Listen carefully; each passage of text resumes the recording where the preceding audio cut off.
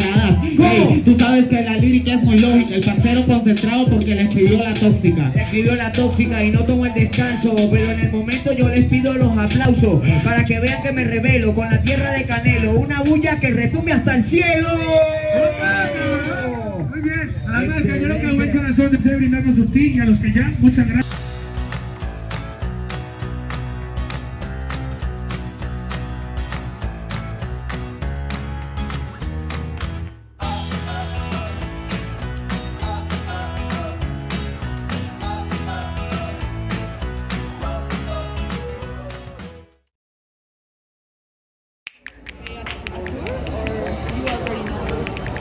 You want to book a tour?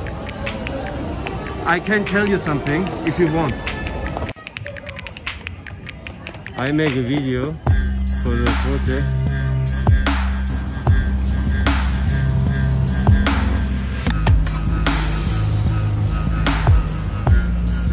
I think he's eating another.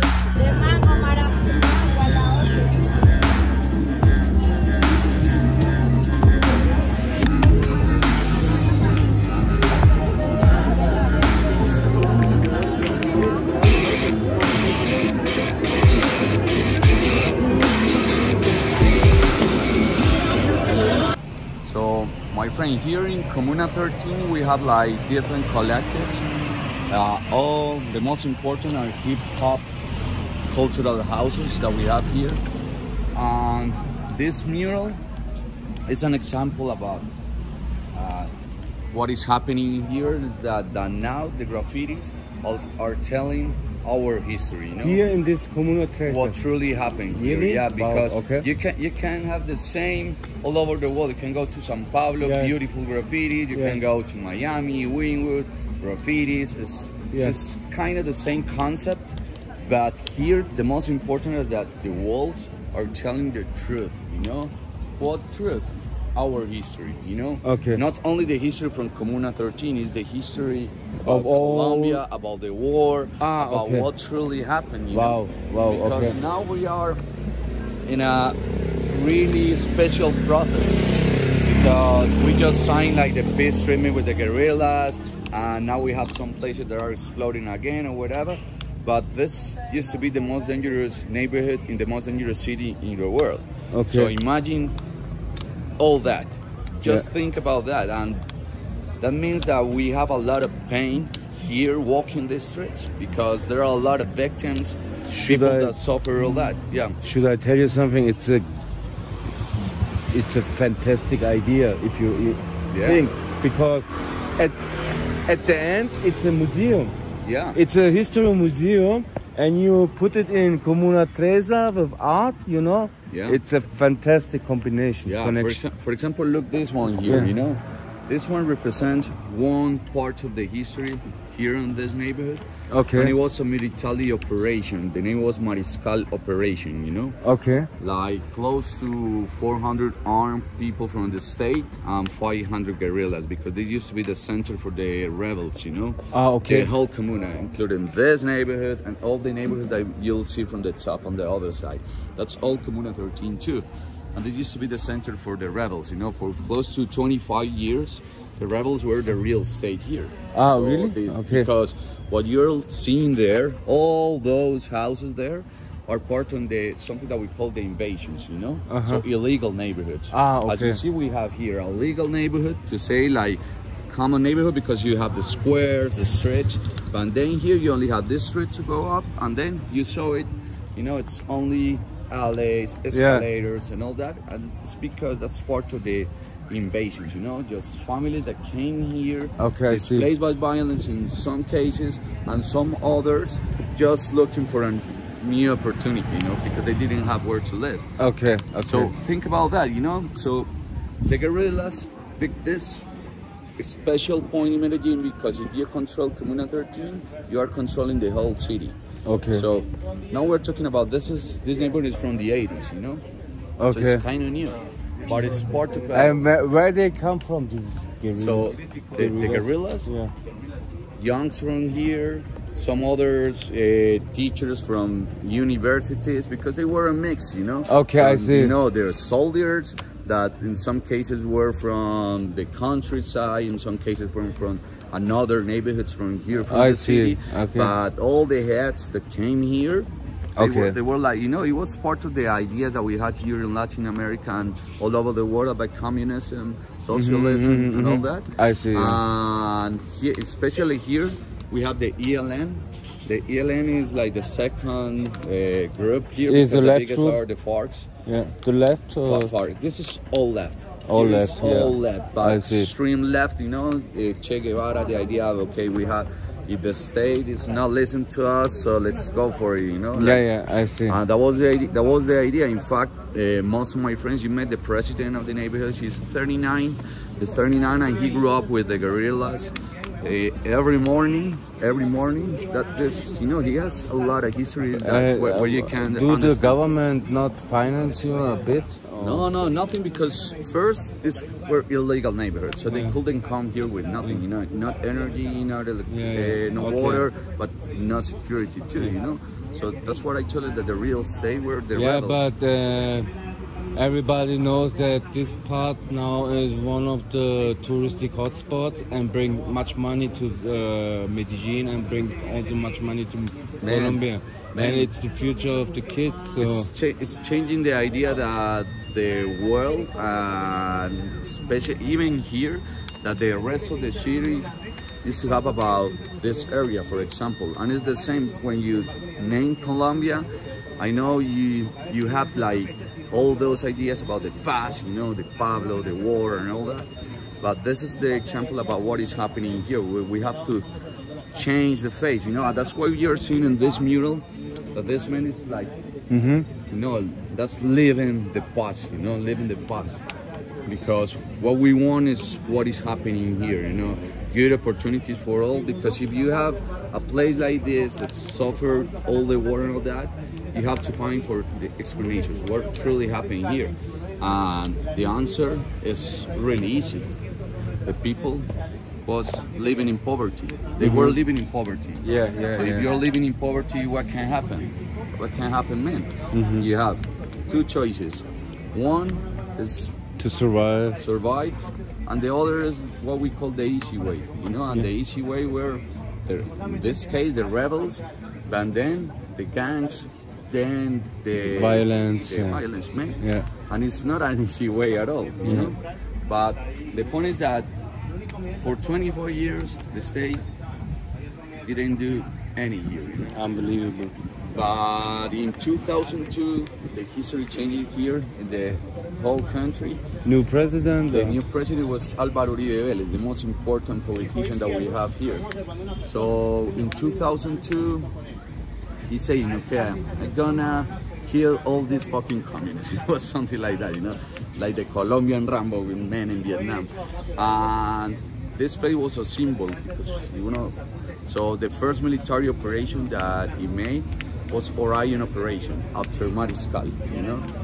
2,000 armed people, men from the guerrillas, but you had the Air Force because they came here with 2 Black Hawk helicopters, 2 tanks. For 4 days, this was like a war zone, man. Shit. War zone, man, crazy. Really and crazy. then when it was? It is 2002, October 2002. Wow, okay. So it's a shame. But Yeah. but it's part of the reality. Is the truth. Yeah. Yeah, but the point is that the state didn't take the control here. They stayed here for close to 2 months with the army and all that. They took out the guerrillas, but at the end, the paramilitaries were who took the control here, not the state. So, Okay. so that's the controversial part of this history here. What they wanted to reach and what happens at the end. What happened is that here, Yeah. this community, they were living with an illegal group. That meant, you know, people forcing you to do many things, you know. They were the extreme left, the guerrillas. And the solution was to put the extreme right, but also an illegal group. Okay. So they came here and they started to kill all the people that used to work with the guerrillas. But think about this: for 24 years, the guerrillas were the real power. So, how many innocents died there? Because in some points, it's because they were like youngs that were working with the rebels. Okay, I can understand that.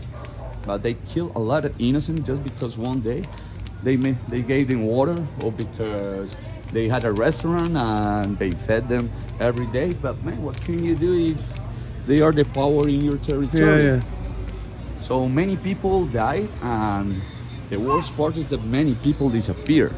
And we have here a group, it's the group of mothers walking for truth. Ricky. Yeah. I see. So one walking, and it's a group of mothers that I think that was in 2002, and they are still asking what happened and where their child or their loved ones are, you know, because no one knows at this moment. Close to 375. That's the number inside the group. Oh my God. Yeah. Ladies that are still asking. Oh my God. So man, That's sad. but It's the the truth. most beautiful is that now we are full of color, And full of opportunity. and you do something worth, but that people never forget, you know, Yeah. that people always remember what happened and who are the innocent victims. Exactly.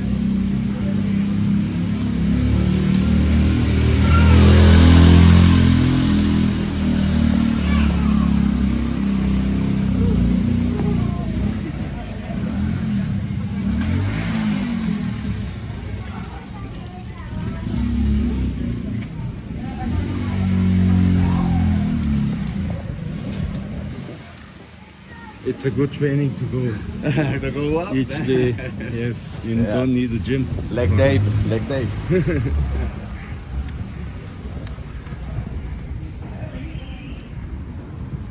Estas no son dos. Sí, ahí está metido el otro.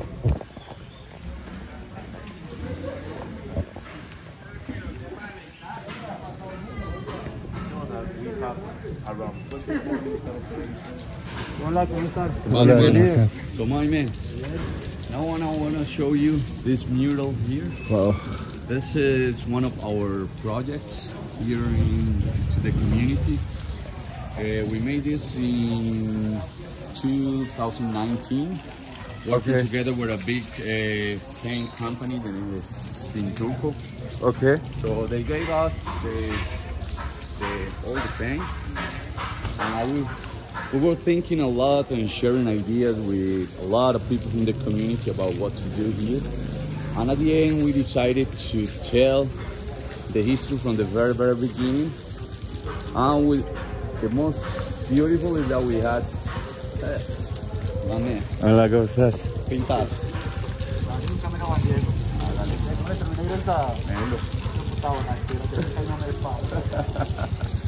Todo bien. Hey, todo bien. Hola, Pato. So my man, the most Yeah. beautiful is that here we have all the local artists, and they were working together with another two artists that for me are the top in Medellin. Really? Top. Yeah, it looks really fantastic. The first is this one is Chota, all his life living here. He still lives here, and in fact now he's in Germany, painting there at this moment. Yeah, but for a special time he come back. Yeah, exactly, yeah. Nice, nice. Oh man, and He is really welcome. yeah, he's living the life, you know? Okay. Living the life. And here we have like the very beginning of the neighborhood, and in fact the city. And it's to think about the real roots, you know, the indigenous first of all. That's why you see all the symbols in the very top. That belongs to the indigenous, even the gold, the colors. Here on the left, you can see like all those circles and all that. That represents like the ancient past, okay? Okay. So all those like roads that the indigenous built from this valley to another place that is Santa Fe, Antioquia. Okay. So, and what happened there, and that's why it's so important for us, is that because the slaves that came from Africa to work here, the gold mining, they used to escape in the night, and following this path, they found a place to be free here in Comuna 13, in a neighborhood that the name is El Salado, that is in the back of this place. So that's why you have the chains here on the right. And they used to work. And the new generation of them live here. They started to work together with the indigenous, with pottery and salt. That's why the name of El Salado, that means salty. Salt. Yeah, because they had like a salty river, so they used to dry the water, and they traded like all this salt with the different tribes around the valley. Then you have Jess Graff, another artist from here, from the neighborhood. Really nice. Also living here. And this represents the invasions. You know what I told you at the very beginning? So here you have like the whole landscape, because now we are in the Independence One neighborhood. But this place belonged to the Ortua family. So it was a farm. And in the 80s, this community, because this was like 33,000 families that came in 2 days and invaded. It was a real invasion, man. And from where they come? On the other side of the city. Okay. Yeah. I see. This is like an urban displacement. Hey, how are you doing? Santi, no, me quedé sin frenos. Escucha, was my brakes. Oh shit. Pero si Yeah, me but di cuenta antes. shit.